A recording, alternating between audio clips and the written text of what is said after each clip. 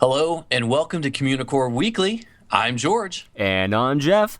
Just a reminder to you guys, next week the show's going to be a little bit late because we have our live show down at Epcot. Hooray! So it's going to be a little bit late, probably a day or two. So just it'll be there. But just wait. It'll be awesome. Gives you a chance to watch all the old episodes again, or listen to them 3,000 or 4,000 times. Yeah, do that. That'd help us a lot. Exactly. And a reminder to the lucky 75 people that are able to attend the live show, we will have sing-alongs for the show. So make sure you listen to the Communicore Weekly bumpers, theme songs over and over and over again. We are going to put the words up on a big screen, but we're going to have Steve and Andrew, the Communicore Weekly Orchestra. They're going to play the song once, and you're welcome to sing along, and then we're going to have a gigantic group sing-along of them. And we will have the words, though. We're going to do the theme song and a few other ones. So we're excited. Yes, and also, even if you're not coming to the live show for the weekend, if you're going to be around Epcot for the 30th anniversary weekend at all, you can keep in touch with us. We have this cool little system set up where if you send a text message saying Communicore Weekly, all one word, to 732-587-5635, we'll send you updates all weekend long. That'll put you in a group list, and whenever we send a text message to the group, it'll come out to you. You can find out where we are. We'll have secret meetups. We might have prizes. It'll be a good time. So, again, Communicore Weekly, one word. Is Communicore Weekly one word? It's all one. Yeah. It all has to be one word where you text it. And it's to 732-587-5635. Okay, let me do that right now. Oh, whoops. We'll be together, so you won't need to do that. Okay. Together forever. Oh, sorry. And we'll tweet live, not tweet, but text live bathroom breaks, right? Yes, actually, we will. Come on, everybody. Bathroom break in the Germany Pavilion. Yay! It's time for Disney History.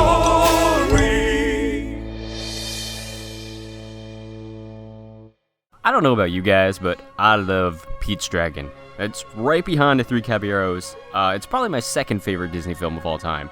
I know I owned like 2 VHS copies of it.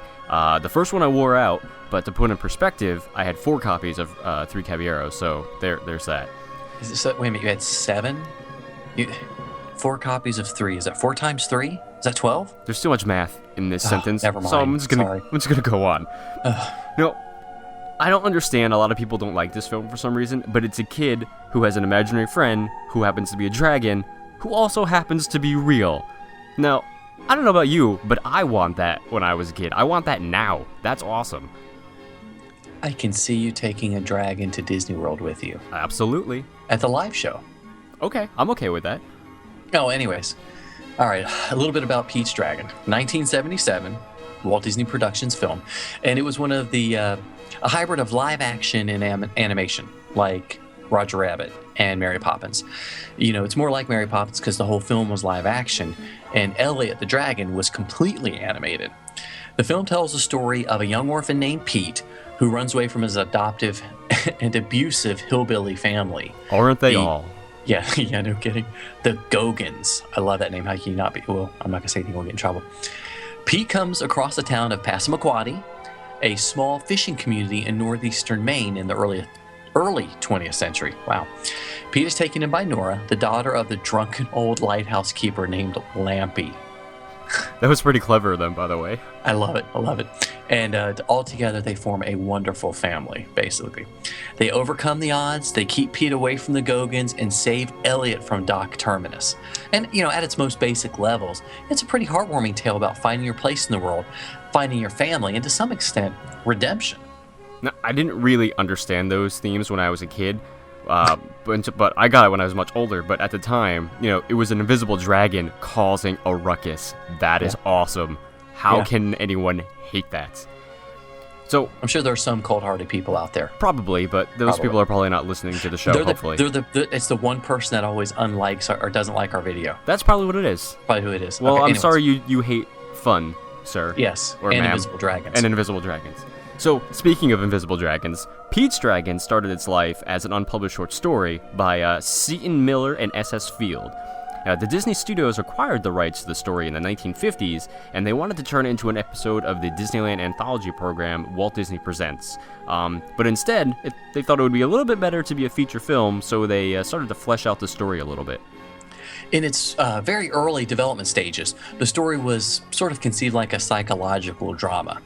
Pete was originally written as a boy who had trouble dealing with the really harsh reality that he lived in, so he creates and ventures into a fantasy world that Elliot inhabits. Elliot wasn't supposed to be seen at all throughout the film, existing only as a fantasy in Pete's mind. Now, when they brought some of the folks from the animation department in, the direction of the project changed a lot. They really did away with the serious tone and evolved into the more family-friendly fantasy adventure that we know it as today.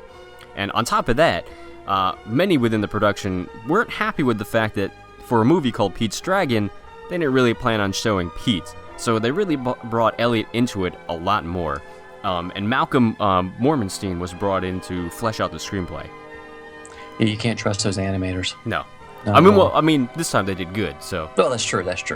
Well, so another big change came to the film when Joel Hirschhorn and Al Kasha, they won Oscars for their work on the Poseidon Adventure and the Towering Inferno. Go figure. They were hired to write a song for the film.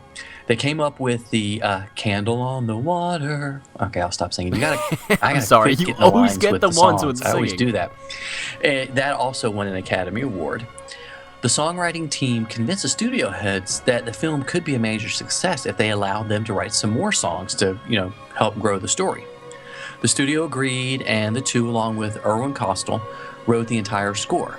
Some of the standout songs include, okay, I'm not going to sing, Candle on the Water, which did win an Oscar, Passamaquoddy, love that name. Best song ever. Yes, Brazzle Dazzle Day, and I Saw a Dragon, which wouldn't have been a good song unless you could see the dragon. Yeah. I guess. Well, anyway. So, the lighthouse in the film was actually built by Disney above Morro Bay in California, which stood in for Maine in the story. And the beacon on top of the lighthouse was so large that Disney had to get special permission from the Coast Guard in order to operate it so it wouldn't confuse the ships that were passing by, which is I love that. pretty funny. I love that. All of the live-action scenes that featured the invisible Elliot were met with numerous production problems, of course. It was one thing to work with actors, but this was another thing entirely to make it believable that a living, breathing creature was in scenes when he actually wasn't there. This sort of reminds me of this show. What are you talking about? Living, breathing creatures that aren't here. Us. Never mind. So, I guess they didn't have the green screens back then. Nope. No, not at all. One good example of it is the scene where an invisible Elliot walks through wet cement, leaving his footprints behind. The effect was pretty simple to achieve. A big set of footprints was created and then covered up with a board that could slide easily out of its frame. Fresh cement was poured over the board, and when an out-of-sight stagehand or stand hand pulled it from its place, the cement would sink into the holes, and when it seemed like the footsteps appeared out of nowhere. We should have really announced spoilers ahead. Yeah. That's okay. Yeah, sorry, guys. Yeah, sorry. Well, to try to save time, the crew poured the cement the night before the shoot, which of course hardened overnight and had to be rescheduled for another day. Genius Oops. move, crew members. Genius moves. So, one of Disney's fabled 9 old men, Ken Anderson, he actually designed the initial look of Elliot, but Don Bluth was the animation director for the film itself. Now, the animated portions were under a really tight deadline, which was made even worse by the various production issues that there were.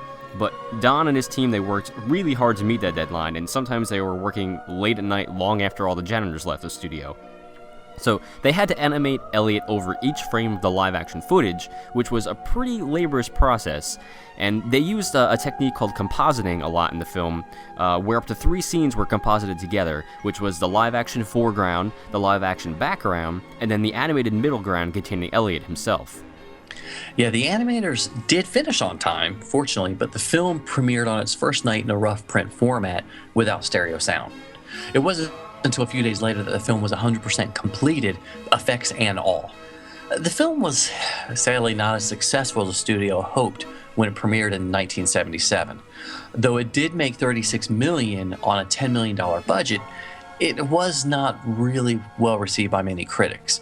Many other critics found the film to be lacking a solid story, and it appeared to be trying to replicate the success of Mary Poppins a little too much. Now, I'm well aware of the fact that this is not a perfect movie by any means, but if you're looking for a really fun family film and you haven't shown it to your kids yet, I really think they would enjoy it, and then they can run around singing Brazzle Dazzle Day forever. You're welcome. He's a nerd, he's a geek, but we all like to hear him speak. So listen up to the words from his beat. It's George's Book of the Week. Building a Company, Roy O. Disney and the Creation of an Entertainment Empire by Bob Thomas. This book was released in 1998 and has 359 pages, and I read them all. I read Bob Thomas's biography of Walt Disney many years ago, and it's still one of my favorites. In 98, Thomas published Building a Company, a look at the lesser-known half of the Disney empire. Roy's life started out simple enough, and even as a young teenager, he was taking care of Walt and helping him with his dreams. This would be a pretty consistent theme throughout his life. Even after Walt passed, Roy postponed his retirement to see the Walt Disney World project would be completed. He worked tirelessly to get Walt's dream as close as possible. He felt he needed to take the mantle of creative and financial lead for the company that no one else would be able to follow through. This was a biography that was surprisingly a long time coming. Every Communicore nerd, geek, cadet, what do we? I think we settled on cadet. I think that sounds Communicore cadet. Yes, that's the way to do it. Every Communicore cadet worth their salt understands how important Roy was to Walt. Without Big Brother Roy, we wouldn't have the Disney company as we know it today. Walt has been quoted as saying that without Roy, he would probably be in jail for check bouncing. Some pretty big check, yeah. It's a lot of checks. This biography brings Roy's life to the forefront and paints a picture of a man that truly loved and understood his brother. Walt was always seen as a creative genius, and Roy as the money man. After reading this biography, I can assure you that Roy was just as creative as Walt. Roy just used numbers, balance sheets, and common sense. Thomas is able to share a Roy that was extremely ethical and treated all of his business partnerships with respect. And you don't really see that much today. Little sidebar. Building a Company is a very enjoyable read. Bob Thomas has written several other Disney-related titles, and he was a reporter for the Associated Press for more than 50 years. As with any biography, you need to take bits and pieces with a grain of salt. Sometimes it reflects poorly on the biographer, and sometimes with the prior research and researchers. I didn't run across anything glaring, but after doing some of my own research, I did see some inconsistencies across several biographies. It just serves to remind us that not every biography is conclusive, exhaustive, or authoritative. Bob Thomas does take us on a journey through Roy's life, allowing us a glimpse of a strong man who always did what was in the best interest of the company, even if it was at odds with Walt. Nonetheless, it's still the most complete look at Roy Disney's life. And this is a book really that everyone should read. You can learn a lot about Roy Disney by reading everything about the company, or you can just read this book, although I do recommend that you read everything. Of course, I have to say that. You will appreciate this biography more if you've read Thomas's Walt Disney, an American Original, or Barrier's The Animated Man, A Life of Walt Disney. Not that Building a Company is a companion piece, but Thomas spends more time focusing on Roy's contributions, and a larger familiarity with the Disney company will benefit the reader.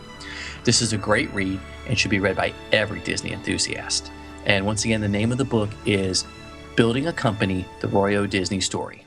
Sometimes it's a one, sometimes it's a two. When you gotta go, what you gonna do? It's a bathroom break. A bathroom break.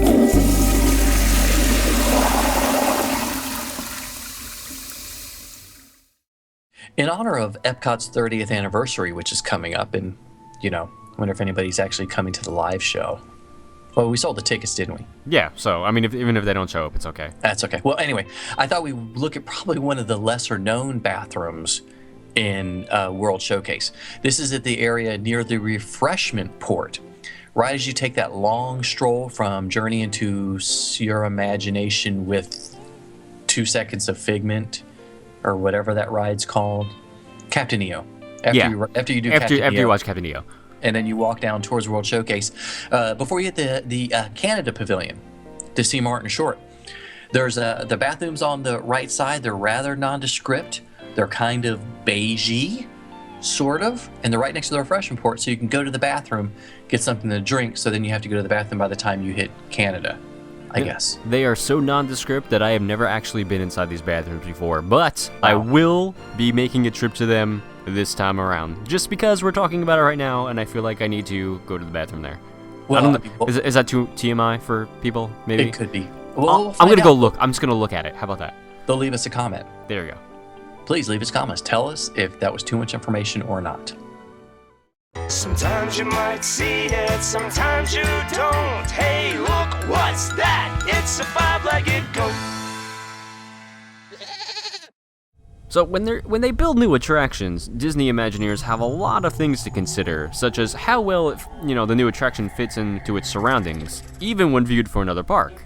So when they were constructing the Tower of Terror for Disney's Hollywood Studios, Imagineers knew that the guests would be able to see it from the World Showcase in Epcot, specifically in Morocco. So when it came time to design the backside of the tower, the eighth wonder of the world, they made the color and the building accents they were chosen so it could suggest that it was part of the distant landscape of Morocco to help fit with the theme. Well, thanks so much for watching, and for those of you listening to us in your car, you just missed your exit. Yeah, you're gonna have to turn around now.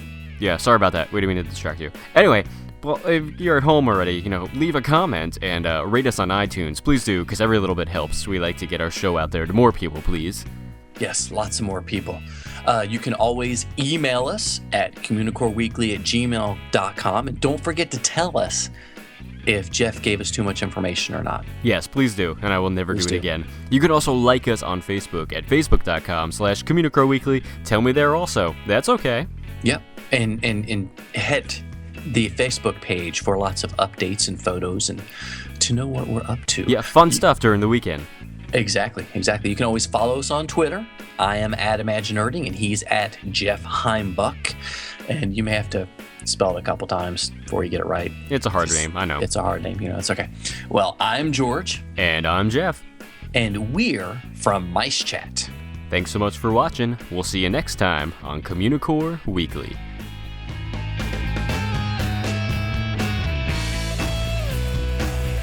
Oops, I did it again.